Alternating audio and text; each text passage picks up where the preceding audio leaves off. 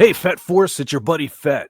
Video for you today. This one may not be so quick because I have a few things to say on this topic, but we're going to talk about Mark. Wait, not that Mark. This is a different Mark, but it's a Mark that I despise just as much as the other Mark.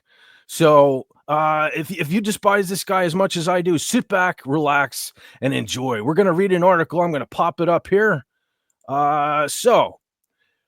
Mark Zuckerberg's explosive smoking gun emails about Instagram, WhatsApp take center stage at FTC antitrust trial. So, Mark Zuckerberg's private emails about Facebook's purchase of Instagram more than a decade ago came back to haunt Meta at its historic antitrust trial this week. And the outcome of the case could ultimately hinge on whether a judge buys his attempts to explain them away, experts told the Post.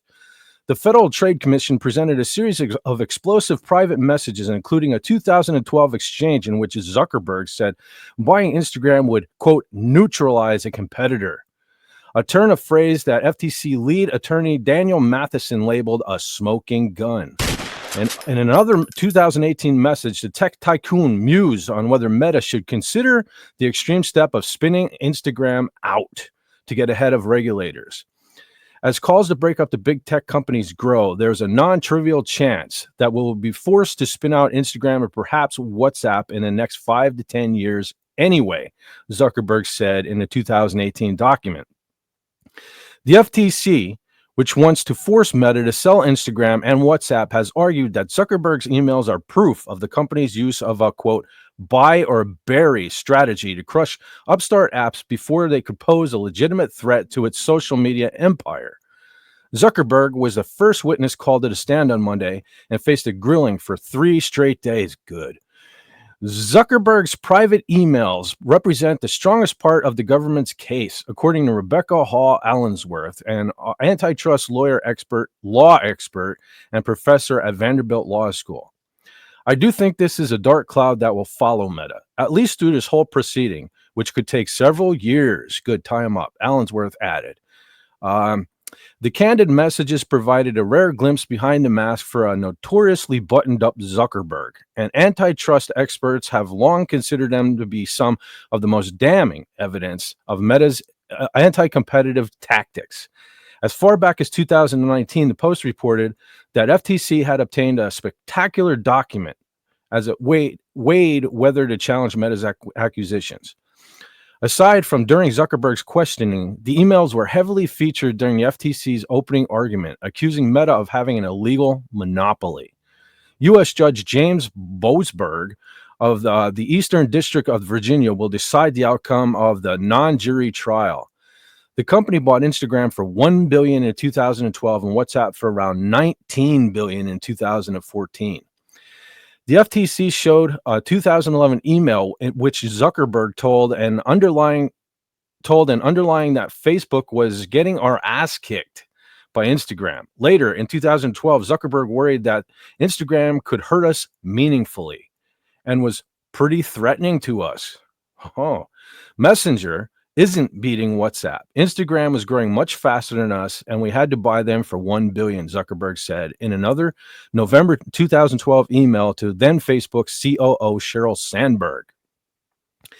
In 2013 email, Zuckerberg grumbled that he was, quote, disappointed and frustrated that Snap co-creator Evan Spiegel had turned down a $6 billion acquisition offer. Other emails showed that Zuckerberg mulling a WhatsApp acquisition due to the potential risk that rival messaging apps like China-based WeChat were trying to build social networks and replace us. Other Facebook executives privately worried that Google would beat Facebook to the punch and buy WhatsApp first. Zuckerberg, meanwhile, denied that the emails showed an anti-competitive intent and were instead a sign of his constant paranoia that competitors would beat Facebook. At one point, he described seeing TikTok as a highly urgent threat to Meta, and it gained popularity in 2019. What's that Andy Grove quote? Only the paranoid survive, Zuckerberg said in a reference to the former CEO of Intel. It's my job to understand things that are adjacent to us and what's going on in the industry, he said. Referring to his 2018 email about a possible preemptive Instagram spinoff, Zuckerberg said he needs to, quote, take into account the direction that the politics seemed to be going at the time, and his company faced pressure on Capitol Hill.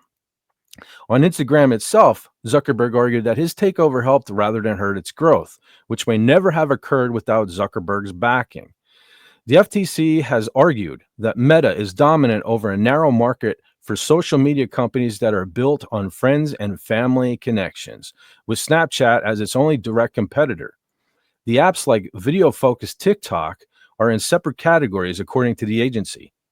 Zuckerberg and Meta's attorneys have pushed back, insisting that Meta faces fierce competition from TikTok, YouTube, and Apple's iMessage for user attention. On the stand, Zuckerberg said that Meta has focused less and less on its friends and family origins over time. A Meta spokesperson said the FTC's case ignores reality. More than 10 years after the FTC reviewed and cleared our acquisitions, the Commission's action over this case sends the message that no deal is ever truly final, the spokesperson said in a statement.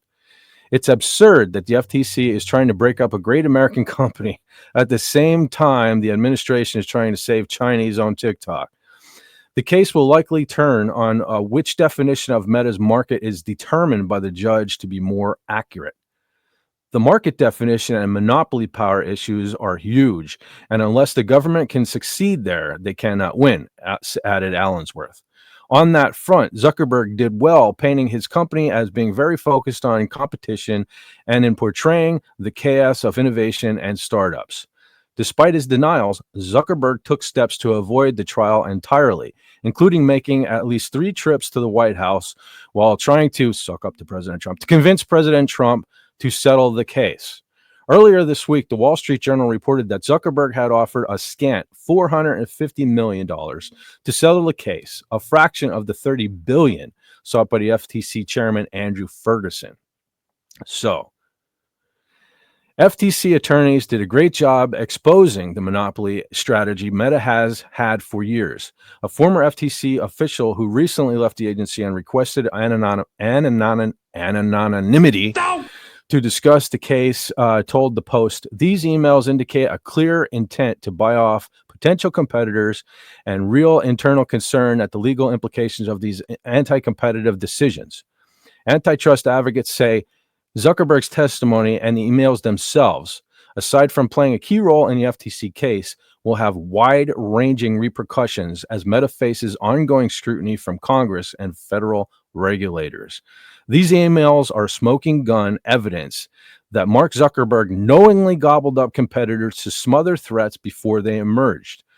Meta deserves to get the book thrown at them for breaking the law, said Sasha Hayworth, executive director of the Tech Oversight Project. This trial has already been an embarrassment for Meta, and it should come as no surprise why Zuckerberg was trying to convince Trump to call the whole thing off. So, okay. I despise Facebook. I've made no secret of that. I lost my original account back in 2019. I was given some varying reasons, but ultimately they determined that I uploaded a video of the end of Rogue One and the beginning of A New Hope spliced together, and because it was copyrighted material, I was unceremoniously kicked off of Facebook. It all began with this picture right here. Was when it all started. My first stay in Facebook jail was over this picture right here. As you can see, it's a woman looking at her phone and Darth Maul taking a selfie, and the woman says, "Men are such pigs. Why are they always horny?" So they determined this was hate speech. Apparently, men are supposed to be offended over this. I don't know, guys. You offended by this? You know, I mean, I think most of us can take an effing joke, right? So I appealed this not once but twice, and twice they determined it was hate speech. So I served my time in Facebook jail, but it was just the beginning. It got to the point where I was in Facebook jail almost more than I wasn't. And they would never. This was really the only thing that they told me initially that it was wrong. So to this day, on my bogus account that I have now to keep in touch with friends on Facebook, there's an edited version of this, which I hate that it even exists, because this is the meme. This is the way it should be. We're supposed to live in a country that's supports freedom of speech. But anyway, getting off on something else. But so, listen, I firmly believe that I was kicked off of Facebook because I was also at the time making political memes before the 2020 election that they didn't agree with. So I believe that's why I was kicked off. It was politically motivated. That's un-American. And I'd also like to say that this guy right here, okay, he's a scumbag. He's a traitor to this country. He interfered. He totally 100% interfered in a 2020 election. This guy should not only lose Facebook, Instagram, and WhatsApp.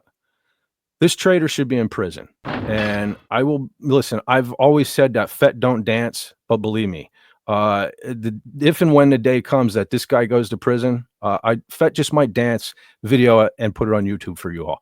So, okay. I'm celebrating a little bit because he's in a little bit of hot water. Hopefully, he gets in a lot of hot water. So, fingers crossed. But thought I'd share a little. Well, this was good news to me. Hopefully, it's good news for you all. I know some people like Facebook. I get it. You want to keep in touch with friends and family and stuff like that. But MySpace was a thing too at one time. And it disappeared, and we all survived. So hopefully this disappears, and something, believe me, something will take its place, and we'll all be fine. Don't worry. All right. That's it for today, everyone. Take care, and also don't forget to take it sleazy.